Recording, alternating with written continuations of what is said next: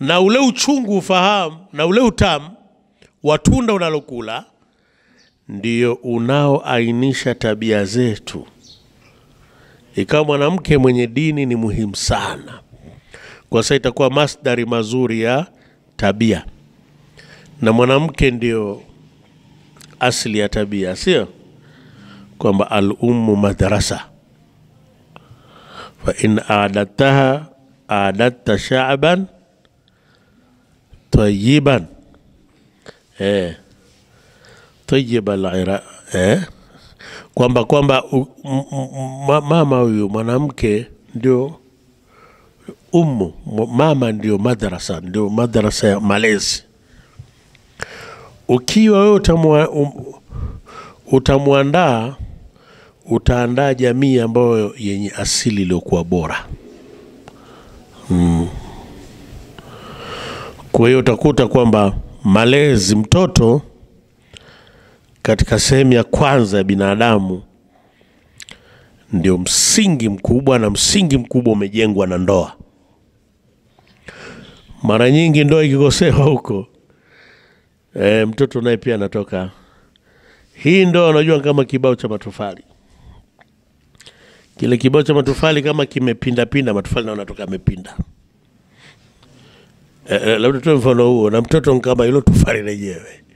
Yategemea kibao cha tofali kikoje. Ndoa iliyopinda inazalisha watoto waliopinda. Iwe taufiki yake tu Mwenyezi Mungu. Kwa hiyo mtoto ikawa kuanzia ndoa, malezi ya mtoto, yani msingi wa mtoto unaanzia kuanzia ndoa, na si ndoa tu, kwenye ujauzito mtoto analelewa. Yani vile sasa nataka kuoa, tayari maana yake hapo ulichokisema kwamba nataka, nimeshaanza kulea. Sio tuelewana?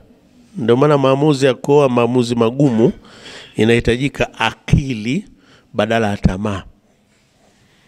Akili itangulie mbele badala ya tamaa, kwa sababu ni jambo kubwa. Kwa hiyo inatengeneza huu msingi wa mtoto.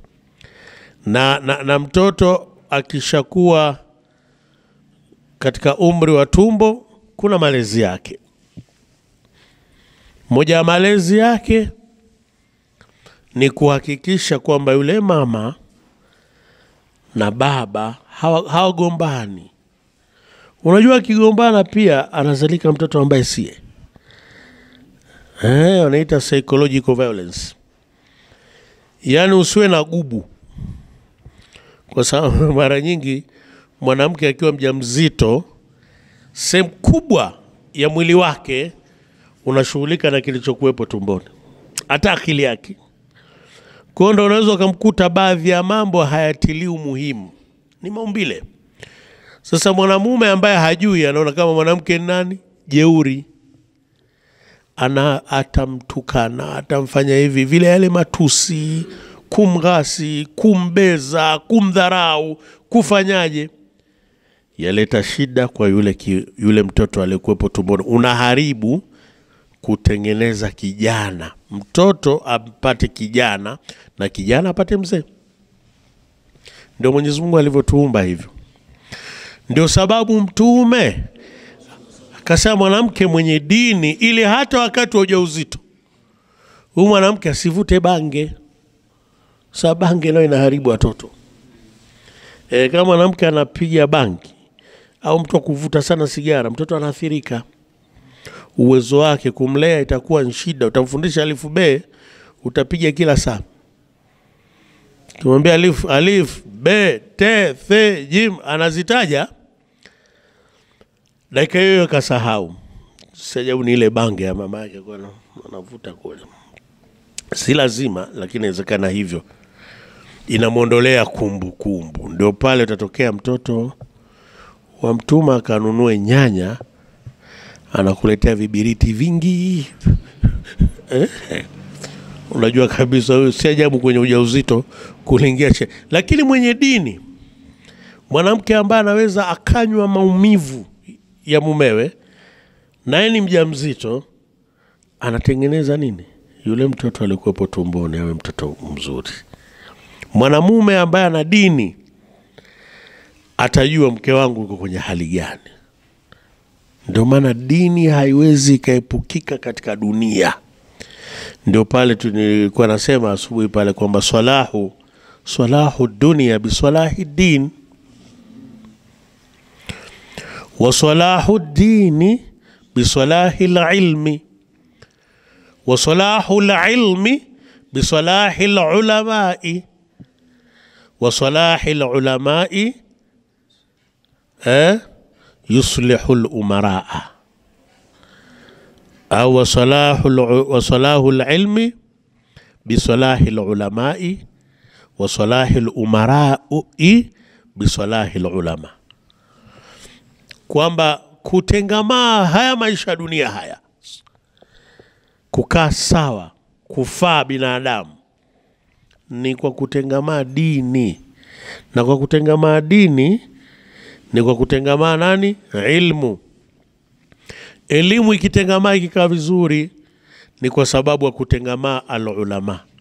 Wana wazuoni wakawa wanaishi kiilmu, wanaamua kiilmu, wanatazama kiilmu, wanakaa kiilmu, wanaamrisha kiilmu na wanaishi kiilmu. Mwanazuoni ambaye twamuona akikaa twaiona ilmu, akila twaiona ilmu, akisalimiana na watu twaiona ilmu, akisimama twaiona ilmu, hata akipokea twaiona ilmu, na akitoa tunaiona ilmu. Hawa wanazuoni wa namna hii wanatutengenezea nini? Ilmu iliyokuwa sawa. Ilmu iliyokuwa sawa inatengeneza dini iliyokuwa sawa. Dini iliyotengemaa inatengenezea dunia hii. Na hawa ulama wakiswilihi, basi ujue hata wanasiasa wataswilihi, watawala na wataswilihi, watakaa sawa. Ndio pale asema swinfani min ummati idha saluha saluha an-nasu jami'an wa idha fasada fasada an-nasu jami'a al-ulama'u wal-umara'u. Watu wa aina mbili wakikaa sawa, wakitengemaa, ulimwengu utakaa sawa. Wakiharibika hao, ulimwengu utaharibika. Akaanza Mtume akisema swinfani, mapote mawili, makundi mawili ya watu. Hawa wakitengamaa jua watu watatengamaa wote. Unajua kawataja nani? Ulama, watu wa ilmu, watu wa ilmu. Alafu akaja al-umara. Unajua kwa nini wameanza ulama? Kwa sababu salahul umarai bisalahil ulamai. Kutengamaa, kukaa sawa hawa watawala ni kwa kukaa sawa watu wa ilmu. Watu wa ilmu wakiharibika na watawala wanaharibika na jamii nzima inaharibika. Tunakwenda pamoja. Kwa hiyo la kwanza katika mafungu matatu ya darasa yetu katika maisha ya dunia ni fungu la nini? Watoto. Malezi. Tuhakikishe malezi ya watoto wetu yanakaa sawa. Faida yake ni nini? Malezi yanamtengeneza kijana aliyekuwa sawa sawa. Na hili kundi na utoto ni huo mwaka 0 mpaka miaka 15, 18, lakini utoto unakamilika vizuri miaka 20 mpaka 25. Bado uko kwenye fungu la utoto hilo. Lakini hiyo 20, wengine wakaanzia 20, ndio kunaanzia kundi la ujana. Ni kundi la pili.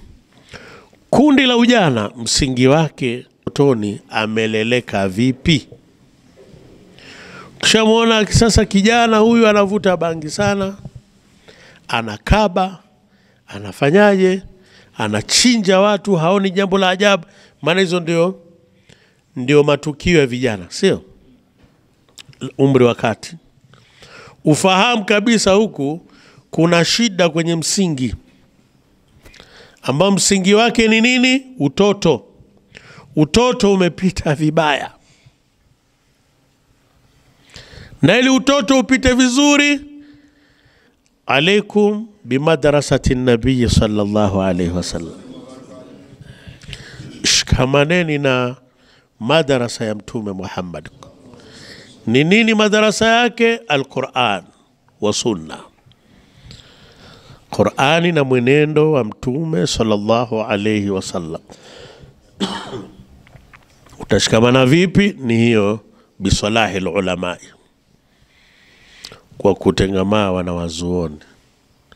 Ujana ndio kundi la pili, 20 au 25 mpaka hapo 40, mwisho wa ujana.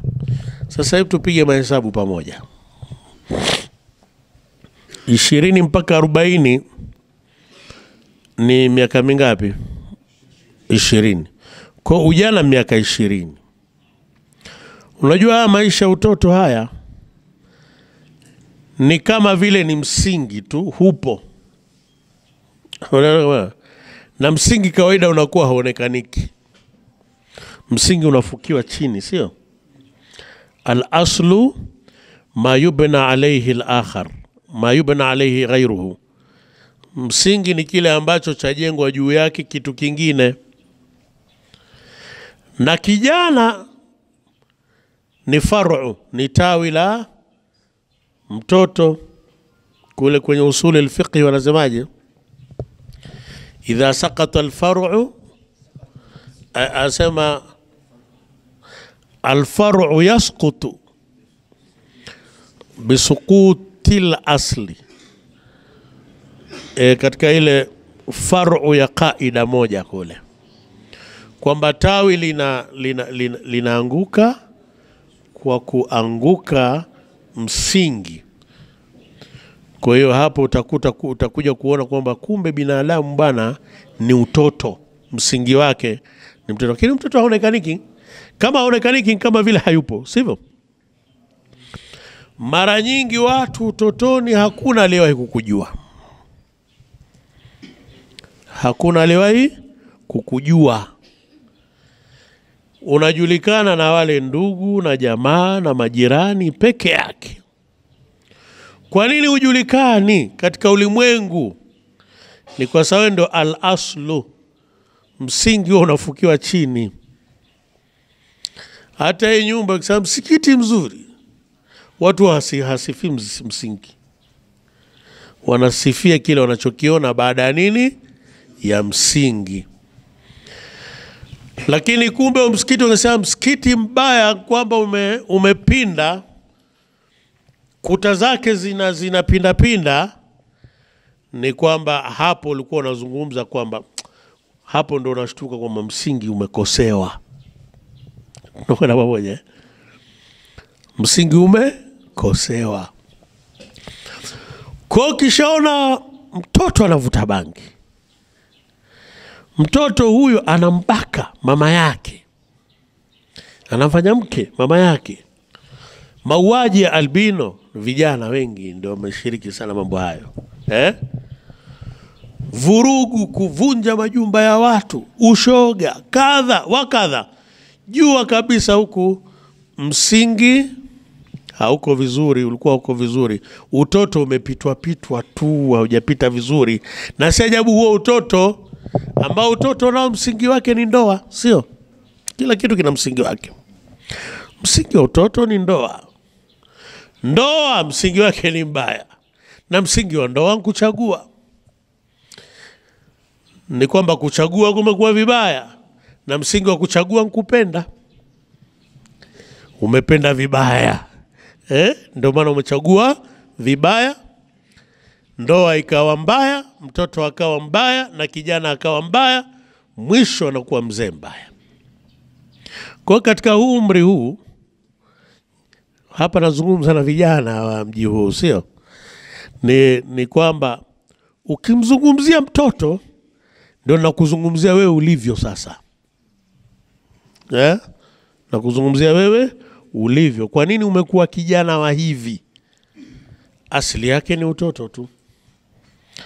Utoto wako umepita vipi na umepitishwa vipi Na hii ni kwamba watoto wetu watapita vipi. Maal asafi shadid, sasa hivi watoto wetu wanapita kwenye kipindi kigumu sana. Mashambulizi ni makubwa mno ya kuharibu ule utoto wao.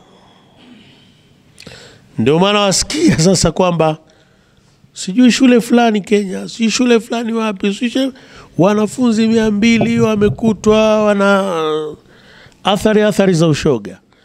Mtoto wa namna hii atakuwa kijana wa namna gani? Kwa kuwa kijana hivi ni matokeo ya kwamba ulikuwaje mtoto.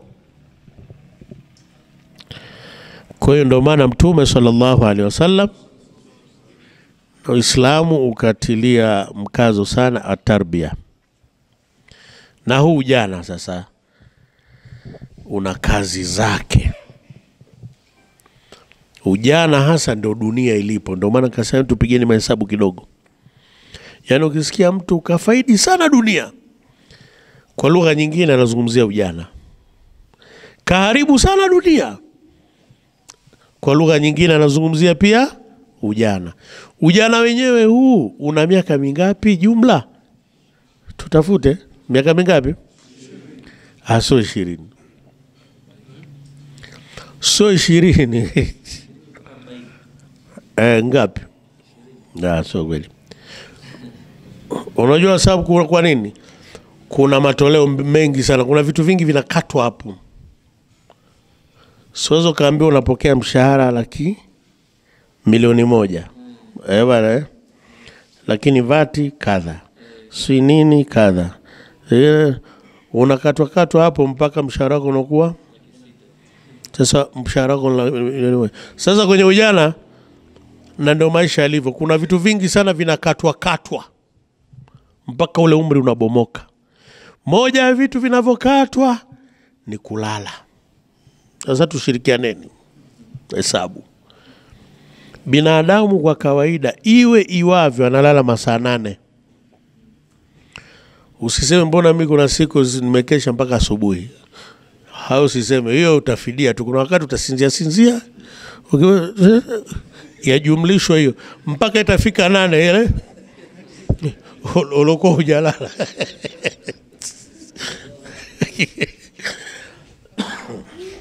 Itafika tu ile 8 ya watu ile itafika pale. Kwa maana yake mwanadamu analala 1/3 ya umri wake. Akiwa na miaka 60, maana yake amelala miaka mingapi? 20, si ndio? Kwa mwenye miaka 60, kwa sababu haya maisha ni hizi harakati ndio zinazohesabiwa. Mimi na wewe hatukujuana kwa sababu tunalala. Ni harakati. Kuonana, hizi harakati ndio zinafanya tunaonana. Na hizi harakati ni muda mfupi sana katika maisha, na ndio maisha yalipo. Wakati umelala unatoa haimo. Kwa 1/3 ya umri wa ujana miaka 20 ni miaka mingapi? 7. Wewe piga mahesabu vizuri. Utajikuta ujana wako si ajabu ni miaka 7 tu. Ndio hizi harakati zote, mara hivi. Yaani ile, kwa sababu mwambia nilikutana naye siku fulani, sio kweli. Ulikutana naye sehemu ndogo katika siku fulani. Sije ukutana naye dakika 3 unasema siku nzima, masaa 24. Ukipiga hesabu hizo utakuta duniani tunaishi maisha mafupi sana. Sio kama tunaelewana. Kwa huu ujana tunauletea vurugu sana, ni muda mfupi sana katika huu ulimwengu. Wewe toa tu hiyo kulala. Sikwambii utoe pia umefungwa jela, nao pia tukaitoa hiyo itakuwa mtihani.